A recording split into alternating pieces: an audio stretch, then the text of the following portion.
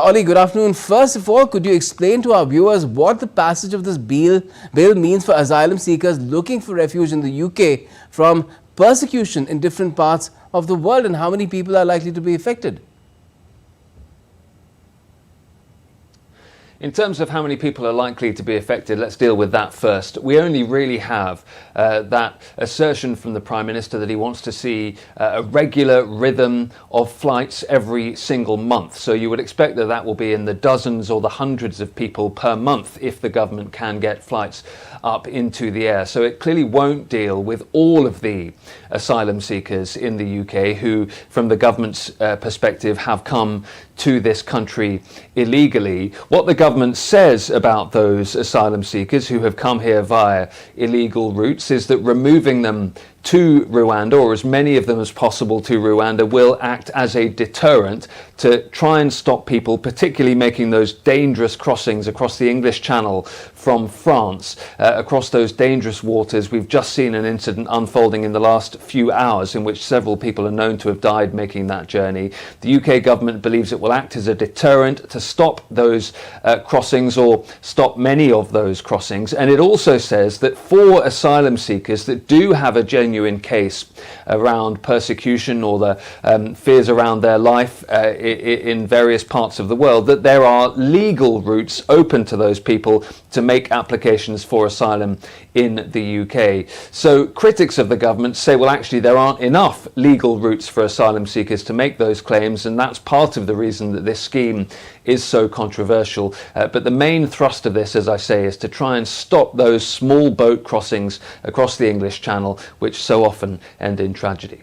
All right. And is Rishi Sunak going to be able to implement the bill as easily as he's making it sound? What about its legal and political implications?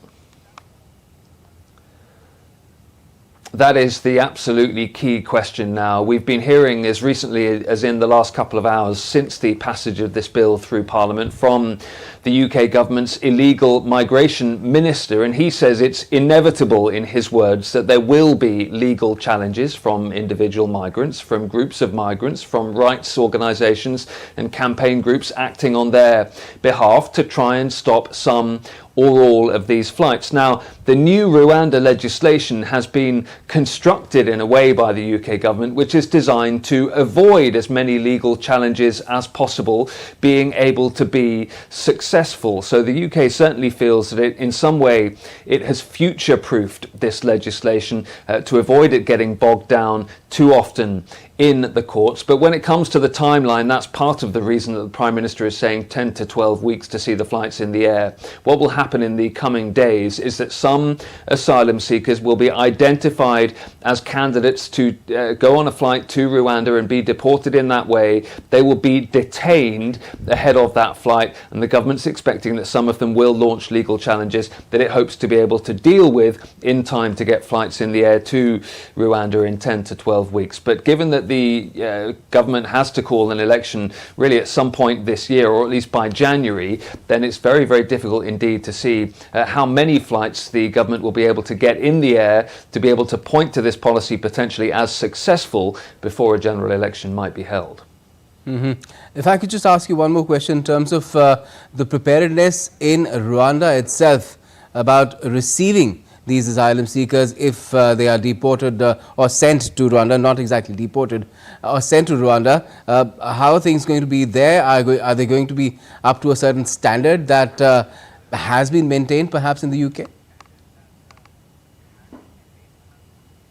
Yeah, so there have been various inspections. The Rwandan government insists that it is ready to get this process underway. Bear in mind, they've had 2 years to prepare, given all of the delays in the UK's parliament. One element of this deal is the financial payments that the UK is going to be making. It's contributing hundreds of millions of dollars to an economic development fund for Rwanda, but it will also contribute per migrant, around $180,000, we think, per migrant. That goes to funding things like accommodation, education, medical bills, to make sure that these asylum seekers do see facilities that are fit for purpose when they arrive in Rwanda. Now, there have been some claims recently that perhaps Rwanda doesn't have enough capacity for the amount of migrants that the UK would like to send on these flights, but Rwanda and the UK insist that Kigali and London are both ready. Okay, well, we'll see how long how